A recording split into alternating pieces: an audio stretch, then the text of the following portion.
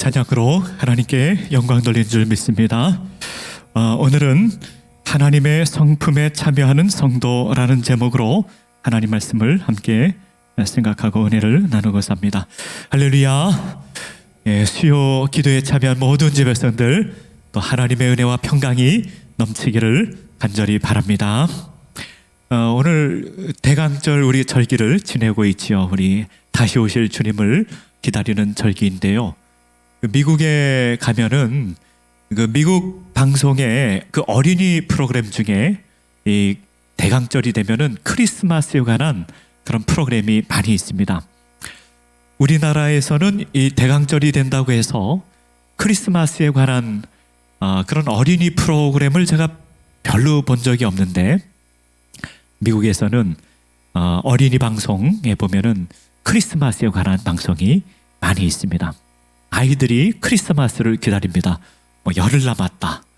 열흘 남았을 때는 뭐를 해야 된다. 9일 남았다. 9일 남았을 때는 뭐를 해야 된다.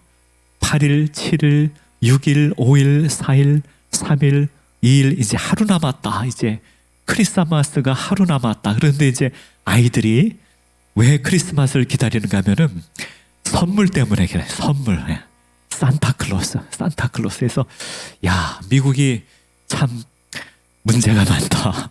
근데 안 그런 게 없어요. 안 그런 게 크리스마스를 정말로 예수님의 탄생을 기다리는 게 아니라 다 산타클로스 방송이더라고요. 그래서 크리스마스를 기다리는 건 좋은데 이게 참 문제가 많다. 그런 생각을 해보았습니다.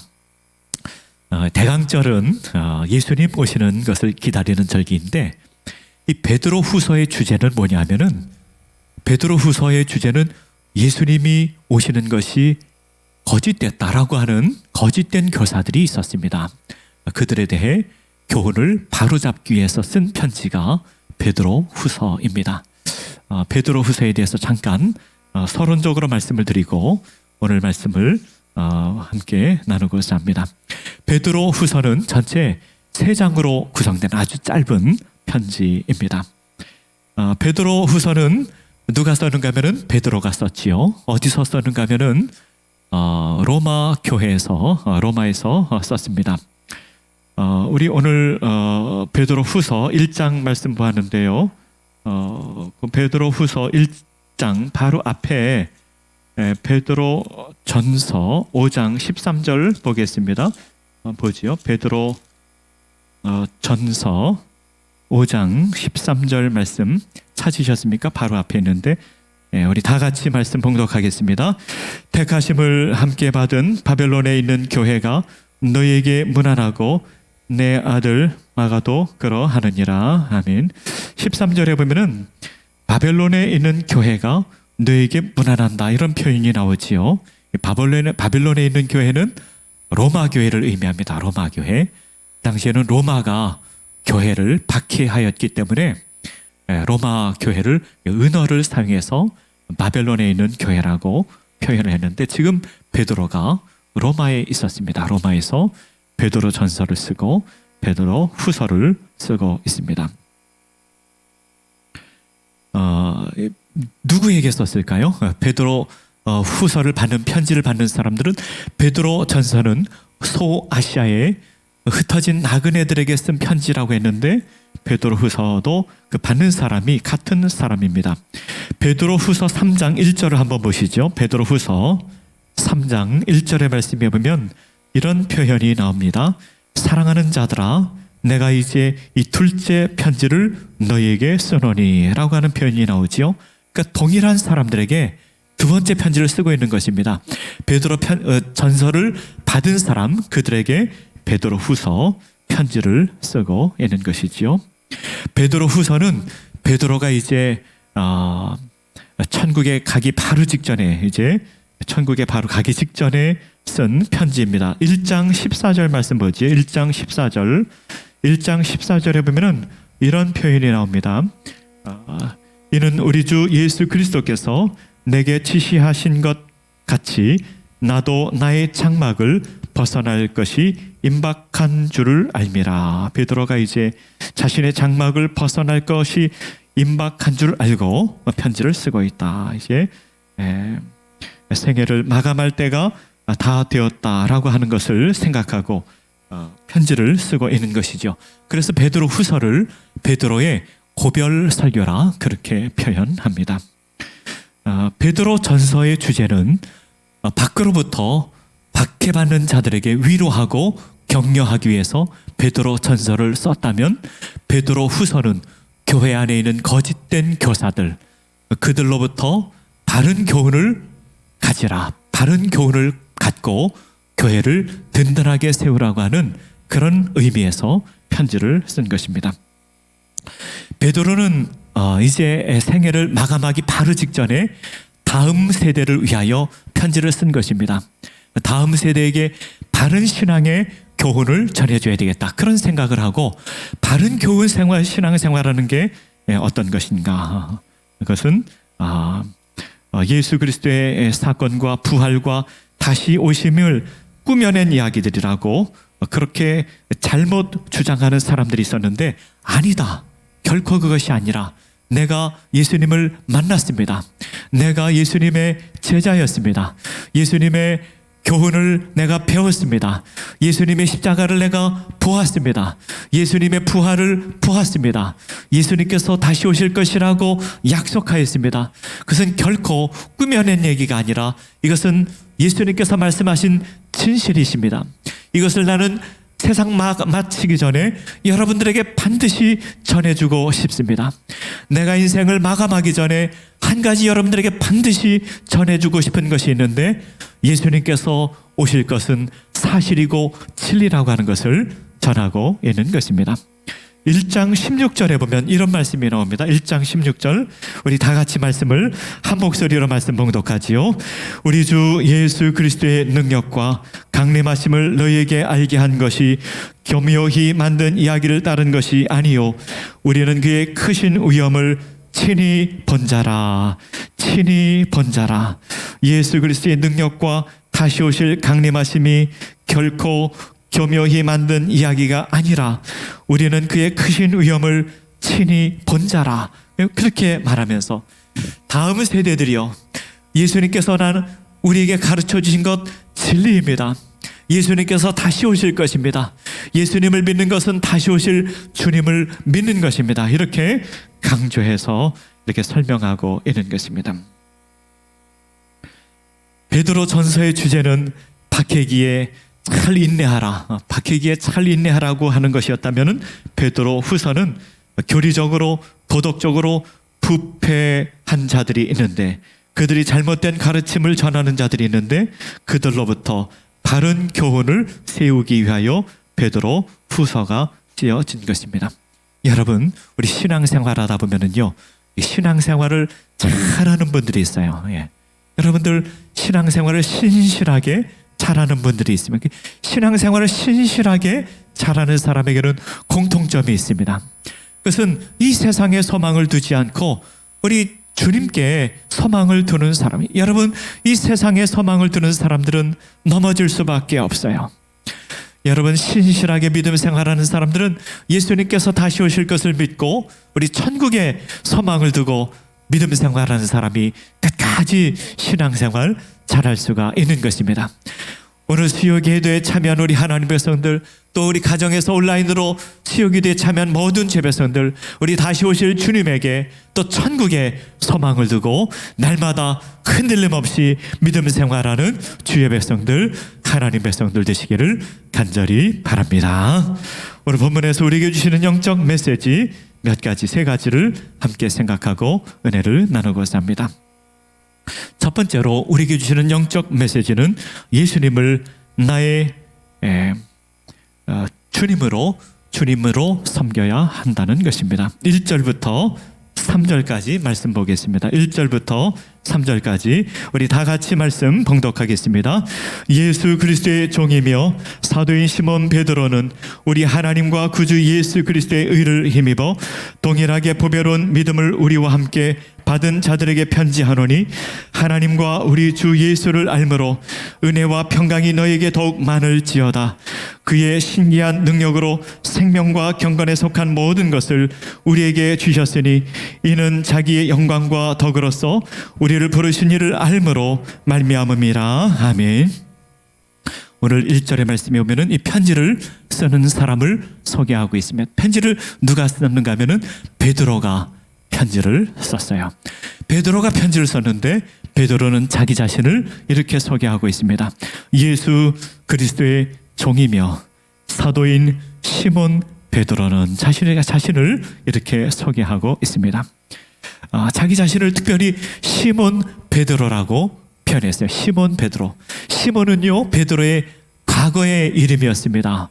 시몬은 갈대라고 하는 의미가 있고 연약한 자라 하는 그런 의미가 있습니다. 예수님께서 이름을 바꿔주셨죠. 베드로, 반석이라고 하는 이름으로 바꿔주셨습니다. 나는 사도라, 하나님께서 보내신 자라, 그런 뜻이죠. 그런데 그 전에 뭐라고 소개하는가 하면 예수 그리스도의 종입니다. 예수 그리스도. 사도 바울도 자기 자신을 소개할 때 이렇게 소개를 많이 했죠. 예수 그리스도의 종이며 사도라고 표현했는데 베드로도 자기 자신을 예수 그리스도의 종이라고 표현했습니다.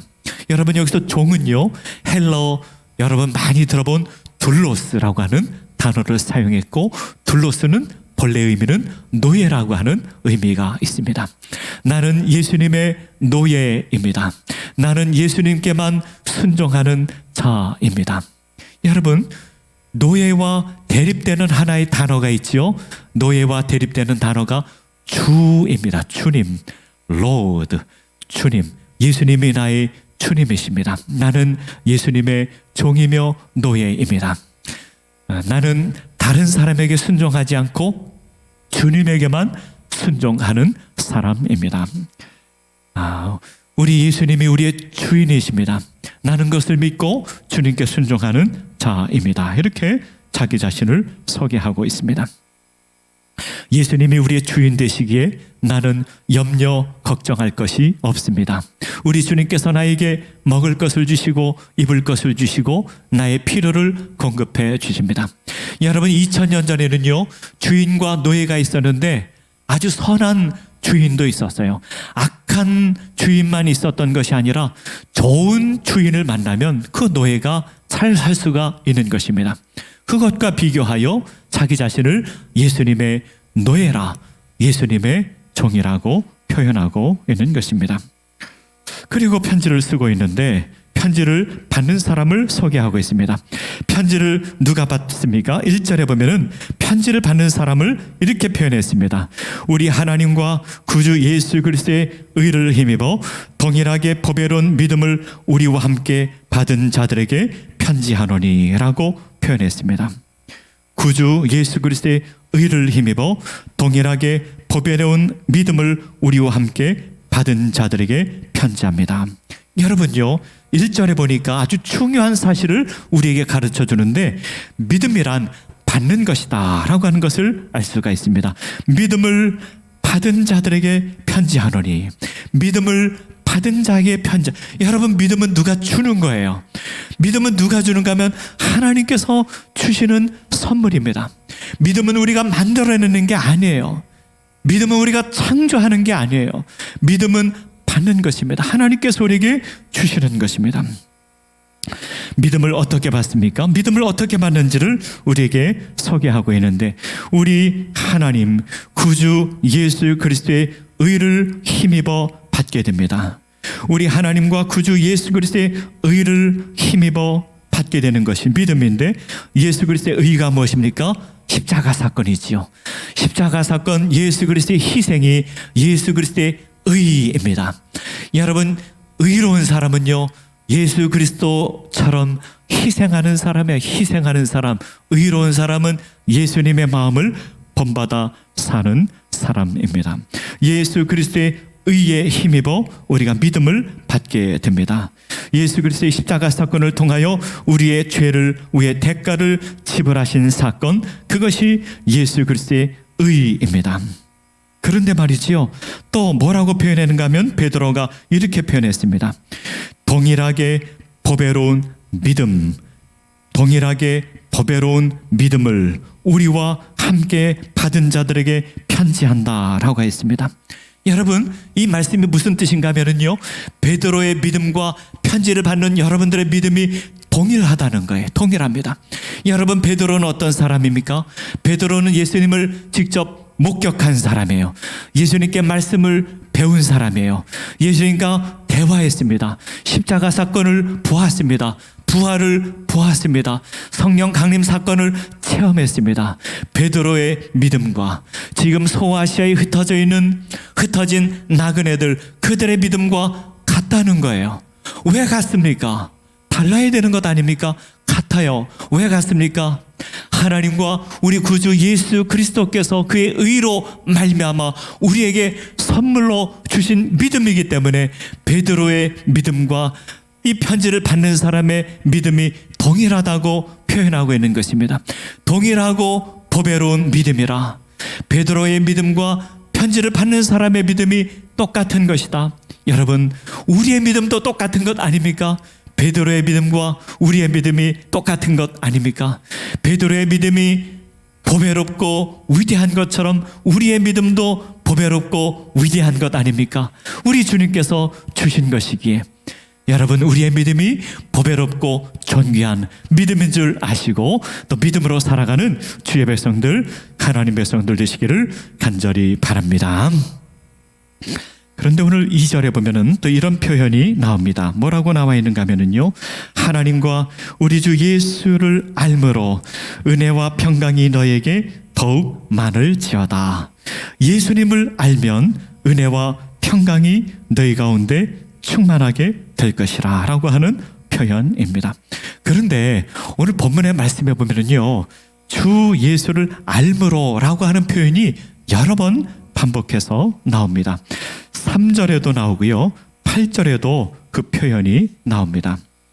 여러분, 3절에도 보면은 이런 표현이 나옵니다. 3절에 보면은 그의 신기한 능력으로 생명과 경건에 속한 모든 것을 우리에게 주셨으니 이는 자기의 영광과 덕으로서 우리를 부르신 이를 알므로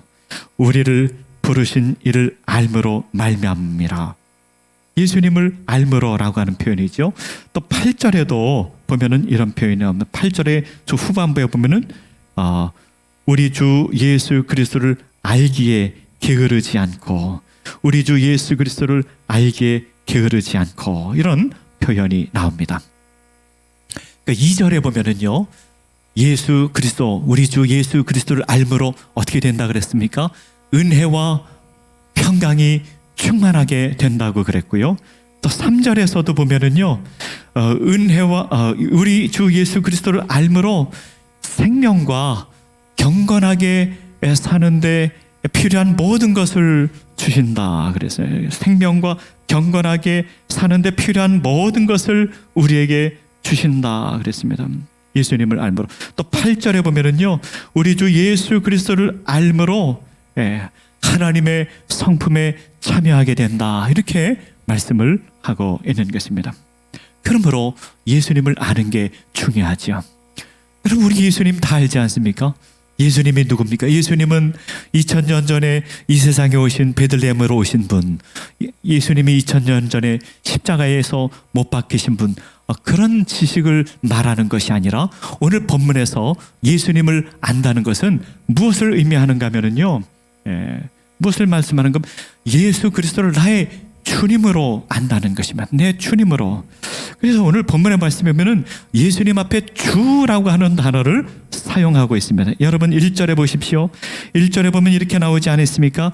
예수 그리스도의 종이며 사도인 시몬 베드로는 우리 하나님과 구주 예수 그리스도, 구주라고 하는 표현을 썼고, 2절에서도 보면 하나님과 우리 주 예수를 알므로, 주 예수를 알므로라고 하는 뜻은 무슨 뜻인가 하면 예수님을 내 인생의 주님으로 알므로, 이렇게 표현할 수가 있겠죠.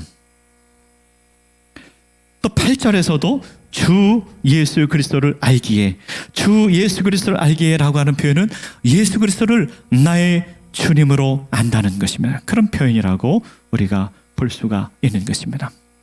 여러분, 우리가 예수님을 아십니까? 예수 그리스도를 나의 주님으로 아십니까? 여러분, 이것은 영적 지혜죠. 영적 지혜죠. 영적 지혜.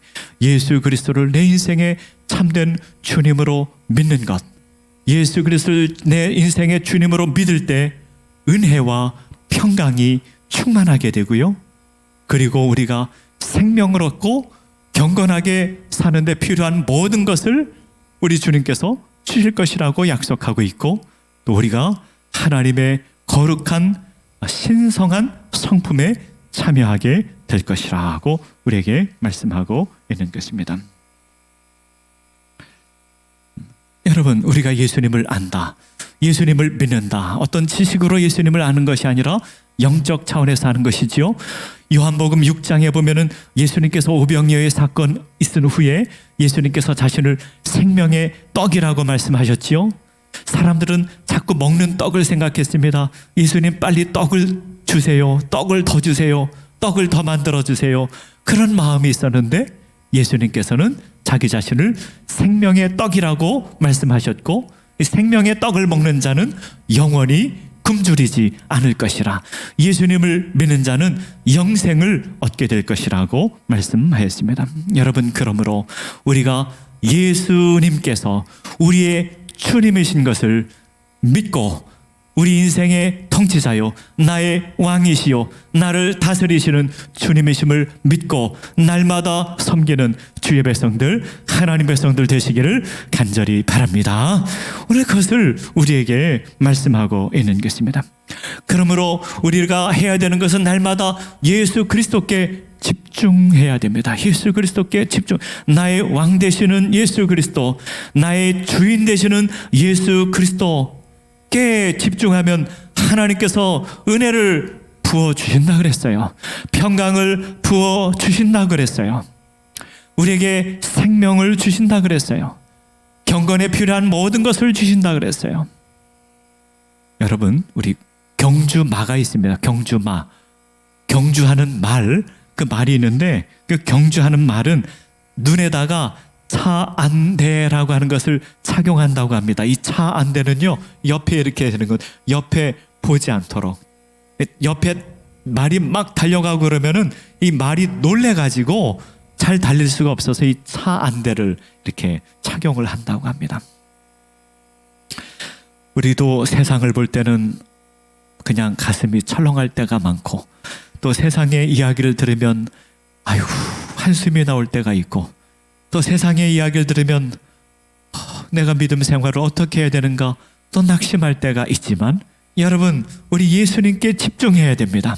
예수님께서 나의 왕이십니다. 예수님께서 내 주인 되십니다. 예수님께서 내 인생을 다스리십니다. 예수님 의지하고 예수님께서 내 인생의 왕 되심을 믿으며 주인 되심을 믿으며, 베드로가 자기 자신을 소개할 때 나를 예수님의 종이라고 표현했던 것과 같이, 예수님의 노예라고 표현했던 것 같이 주님 의지하고 살아가는 주의 백성들, 하나님 백성들 되시기를 간절히 바랍니다. 두 번째로는요, 성도는 하나님의 성품에 참여하는 자들입니다. 4절의 말씀에 보면 이렇게 나와 있습니다. 4절 말씀, 우리 다 함께 말씀 봉독하겠습니다. 이로써 그 보배롭고 지극히 큰 약속을 우리에게 주사 이 약속으로 말미암아 너희가 정욕 때문에 세상에서 썩어질 것을 피하여 신성한 성품에 참여하는 자가 되게 하려 하셨느니라. 아멘. 이로써 보배롭고 지극히 큰 약속을 우리에게 주셨습니다. 보배롭고 지극히 큰 약속을 주셨는데 그 약속은 무슨 약속을 주셨을까요? 그 바로 다음에 나오는 말씀인데, 하나님의 성품, 하나님의 성품, 신성한 성품에 참여하는 자가 된다는 것입니다. 이 하나님의 성품에 참여하게 되므로 우리는 썩어질 정욕도 피할 수 있다고 말씀하고 있습니다. 여러분, 인간에게는요 3가지 성품이 있다고 합니다. 인간에게는 3가지 성품이 있는데, 첫 번째로는요, 인간에게는 짐승 같은 성품도 있습니다. 야수적인 폭력성이 있습니다. 사람에게는 야수적인 폭력성이 있어요. 뉴스를 보면 그런 거 많이 나오지 않습니까? 어떻게 인간이 저럴 수가 있나? 인간이 어떻게 저렇게 짐승만도 못하네? 그런 말을 할 때가 있습니다.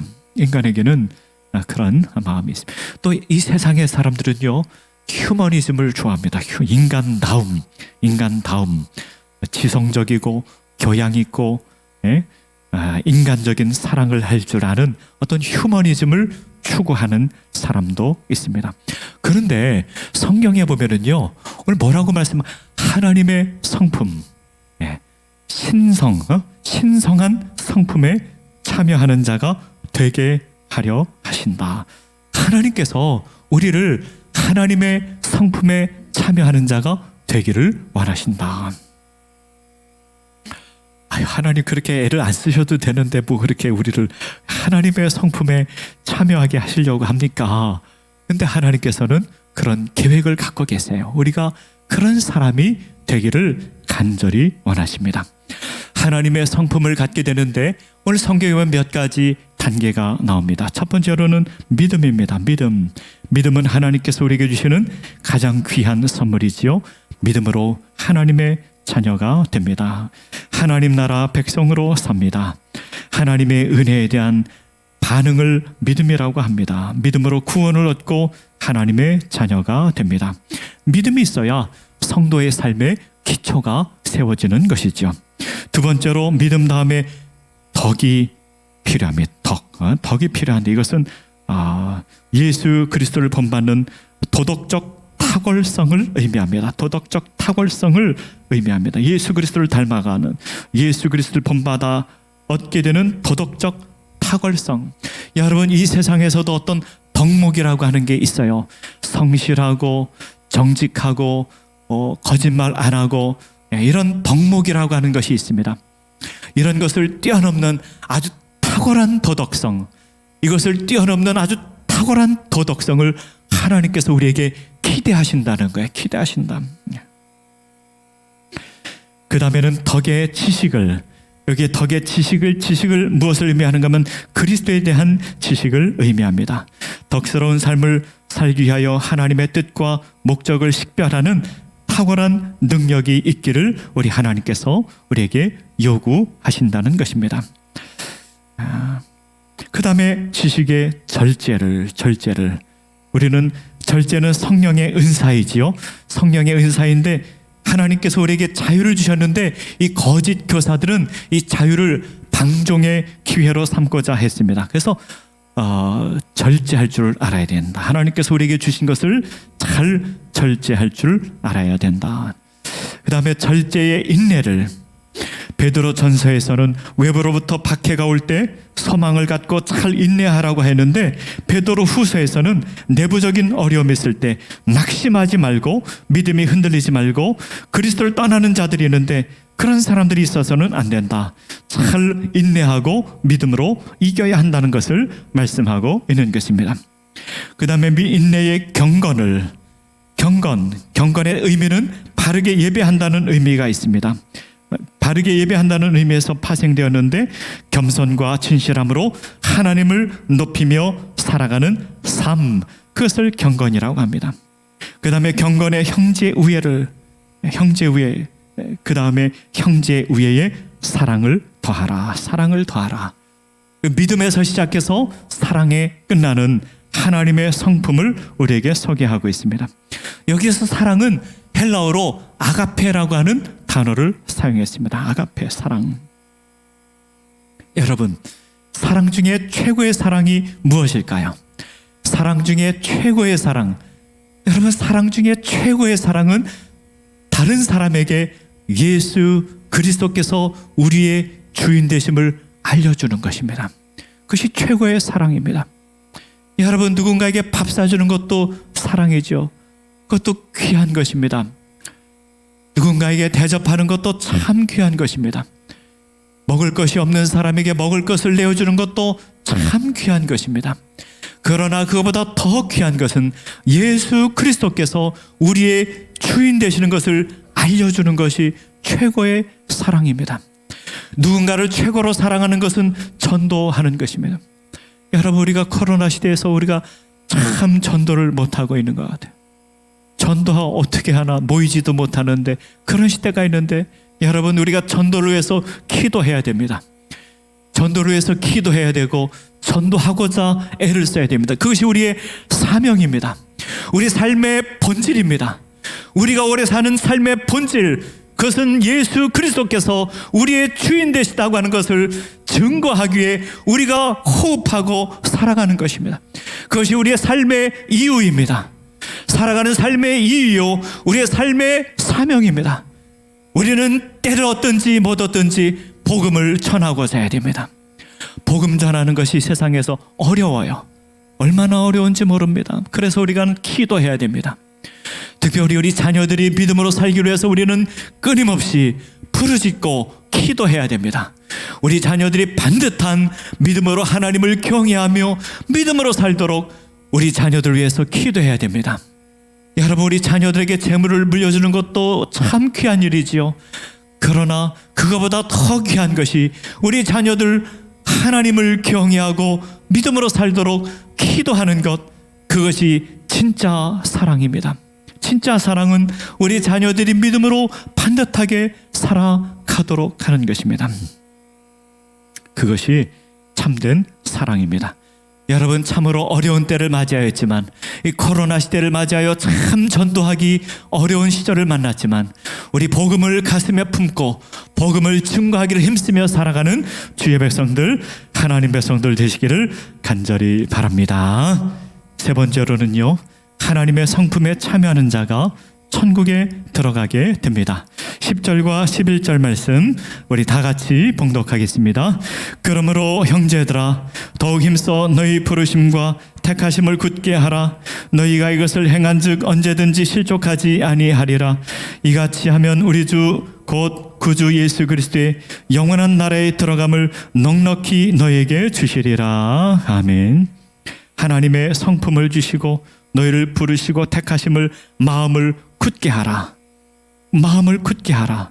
여러분, 어떻게 마음을 굳게 합니까? 우리가 예수님을 알고 거룩한 성품에 들어가는 변화를 받으며, 그러면서 우리가 실족하지 않게 되면서, 그리고 우리 하나님께서 우리를 부르신 것을, 우리를 마음을 굳게 하라고 우리에게 말씀을 하고 있는 것입니다.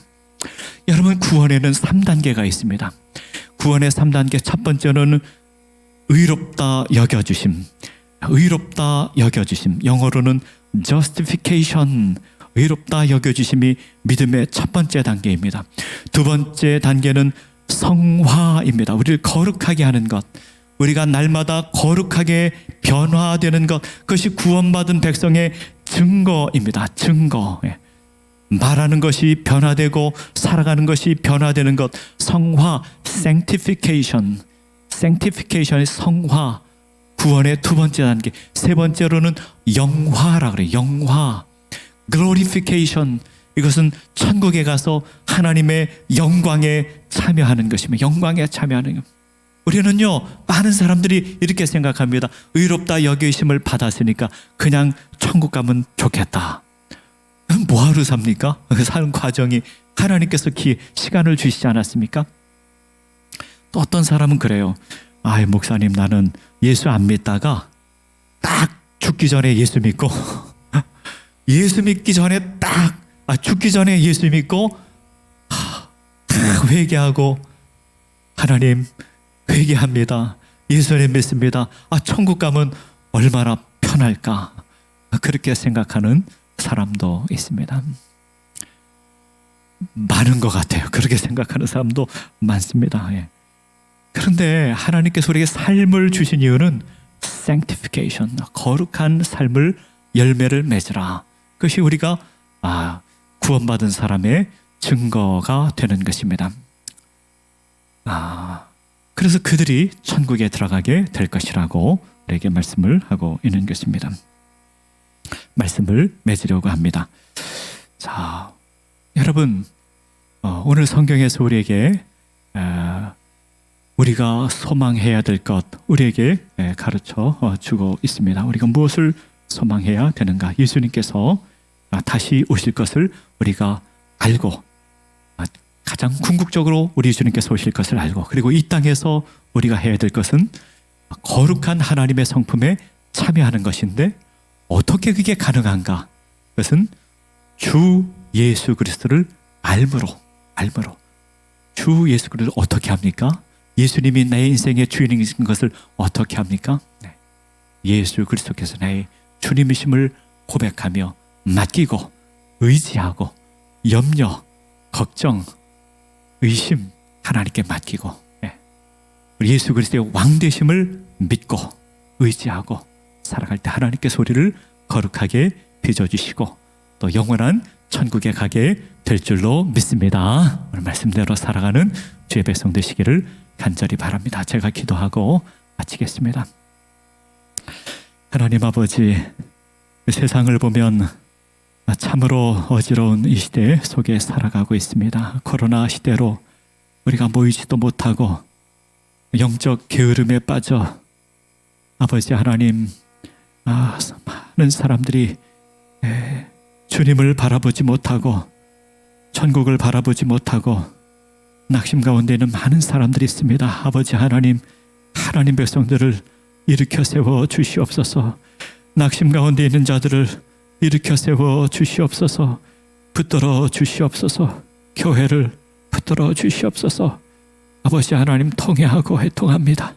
복음으로 살지 못한 것, 아버지 복음 증거하지 못하고 산 것, 거룩하게 살지 못한 것 다 용서해 주시고 우리에게 새 힘을 주시사 하나님 백성들 다시 일어나게 하시고 아버지 하나님 다시 모이게 하시고 하나님 기쁘시게 하는 거룩한 교회가 되게 하여 주시옵소서.